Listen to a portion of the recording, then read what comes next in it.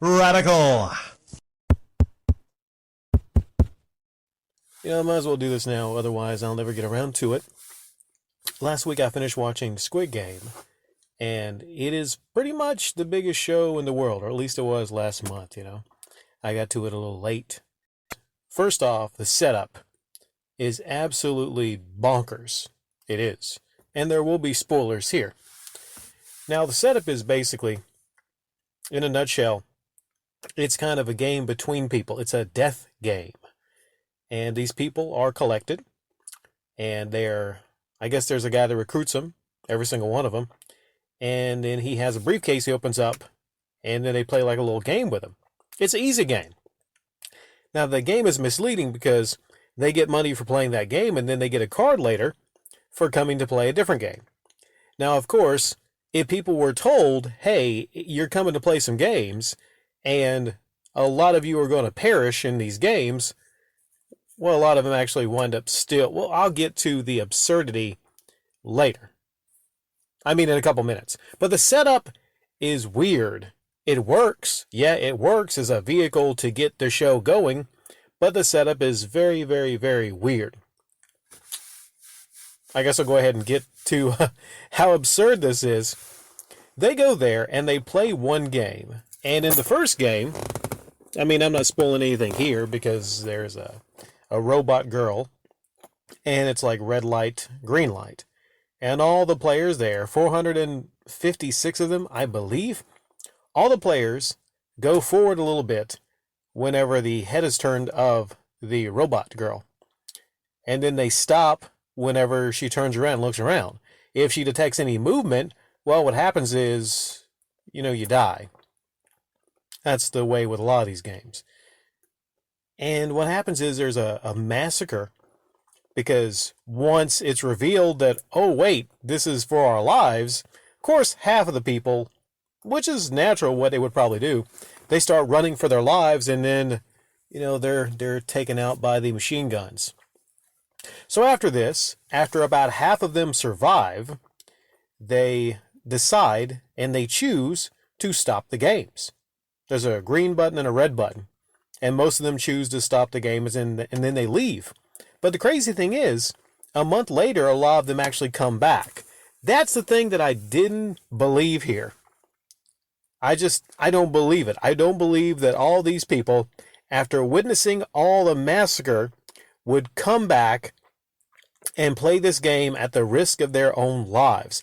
Now, I'm sure that they tried really hard to make us believe that rational-minded people would go back and play these death games after seeing that half of these people were slaughtered because they're in debt. And, supposedly they go with the theme, well, your lives out there are really terrible, so why not just risk it? It doesn't work from a perspective of, well, common sense. That's the problem I have with the setup of this show. It doesn't make any sense. You would not go back to play these death games, even to get a ton of money, because you're risking something that is more valuable than all this money. I guess there's a lot of things to say about greed, and there's a lot of themes, but that simple thing, ruins the foundation of the show. Now, is the show fun? Is it funny at times? Yeah, I mean, it is. I got a couple laughs from it. It's played up as humor a lot of the time. So speed ahead, and there's a lot of these games that are played, and this is where I get into heavy spoilers. You speed ahead, they're all playing these games, and these games range. There's one where they have to get a honeycomb out, and they have to carve out the shapes, an umbrella, a triangle. There's one where basically it's not so much a game as it is just survive the night. There's a tug of war, and when you get to the tug of war, it becomes really unfair. That's my second problem I have with this. It's not fair because you're involved in these games and you have no chance, really, of everyone surviving. That's why I have a problem with the tug of war and things of that nature. Then it becomes survival of the fittest, but no, that's just not fair. And the theme of unfairness actually leads into one of the last games, which is they walk across a glass bridge. And there's a lot of people that pick numbers. And the numbers correspond with where you are on the bridge. And then I kind of don't want to spoil all of it for everybody because it's a show that probably a lot of you will want to watch. And you want to ask me, is it worth watching? Is it good? Is it bad? Ultimately, after watching it at 1.5 speed, really quickly, the pacing is terribly, terribly slow for the series also. Incredibly slow. That's why you pretty much have to put it on 1.5 speed. It just goes very slow, especially the marble one. The marble episode was really slow. Now, does the show have its high points? Yeah, it does. It does. Most notably, the Easter eggs. There's a lot of Easter eggs to find in a show if you're into that kind of stuff. And the voice acting is very well done, I think. Yeah, the translation, very well done. Except, there's this one really annoying female. And it's the one loud, annoying female. And her voice actress just didn't line up with how she looks. And it's just grating. When you get to that point, you know what I'm talking about, where she starts yelling and everything. It's just not very well done. And speaking of that individual, she is 90 pounds, soaking wet, and she's built up to be a really tough girl. And at one point, she literally flips off this other guy that we have seen taking care of other people, taking care of them. He's a really big, tough guy. And a couple feet away from him, she is flipping him off. And he does nothing but bite his lip. And it doesn't make any sense. It just sticks out to me. It just sticks out to me. A lot of this show is, like I said, it's crafted well, but so many things stick out about it, just like that for me. And it gets a little worse towards the ending whenever the gold mask people show up. And I'm back to talking, not high points, but some low points. The gold mask people, when they show up, there's an elephant mask that looks absolutely just, I'm just laughing. Anything they've tried to build up to make this a serious series just goes right out the window when the silly gold mask people show up. But, it is kind of funny at certain points.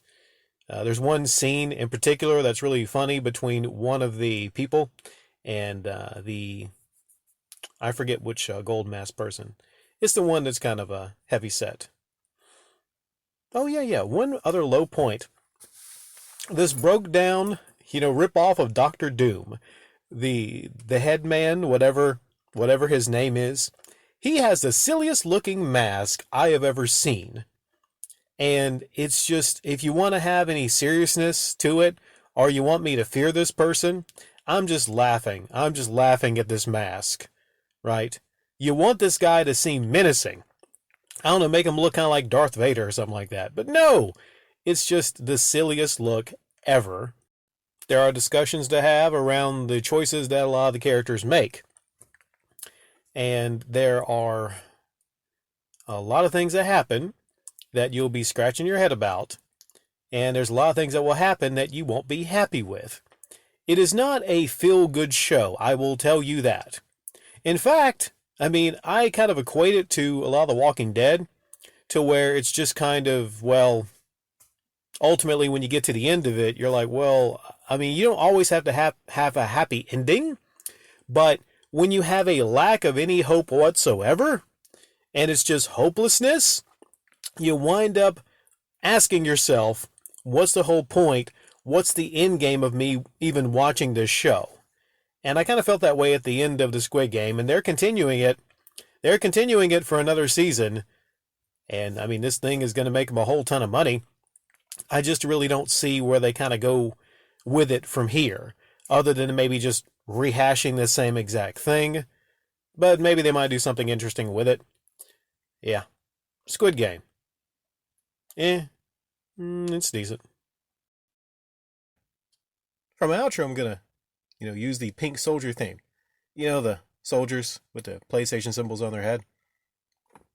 Hee-hoo, hee-hoo, hee-hoo, hee-hoo, hee-hoo, hee-hoo, hee-hoo, hee-hoo,